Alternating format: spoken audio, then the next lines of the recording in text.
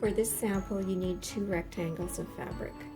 Put your fabrics right sides together, and then using your shears, trim out an edge like this, and we will be sewing along the what's called an inside corner on this piece. So you're going to pin those inside edges. Sewing the inside corner is similar to the outside corner. However, it is more difficult to determine where to turn the corner because the fabric covers up the markings on the throat plate as you're working with this one. So it's sometimes helpful to mark that corner before you start sewing. So it's going to be 1.5 from each edge of your fabric.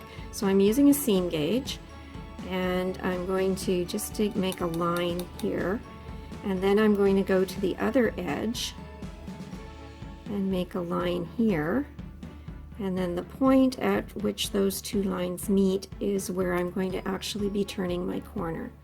So you can see my marks there. So that's going to be a guideline. Now you could do that on the outside corner as well if you weren't comfortable with using the lines on the machine.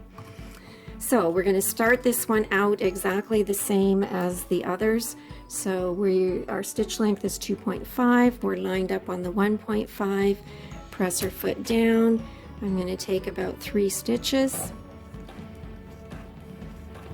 and go backwards. I'm going to come forwards. Now when I'm close to the corner, I'm about 2 centimeters away. Stitch length is going to 1.5.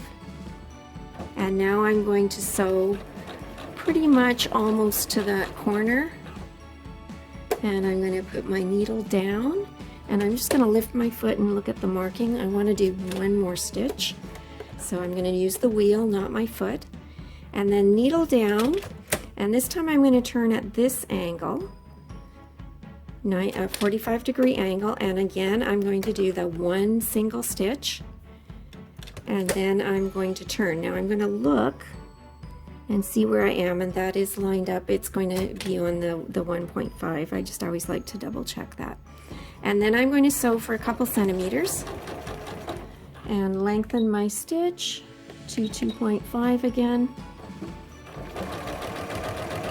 and sew to the end and back stitch. And again, pulling out, always trimming my thread ends right close to my fabric, and I like to trim them all as I go on both ends. So that is your inside corner. When you're finished sewing the inside corner, you're going to clip the corner on this one, and to clip this you are going to make 1 slice from the corner here right up close to your stitching. And this is done so that when you turn this right side out, again you get a nice neat corner that does not pull. And again, I'm not going to have you complete this and actually turn it, but if you did not do that clip, you would not get a nice turn to it. So it looks like that. You can pull it apart, but it's just a snip.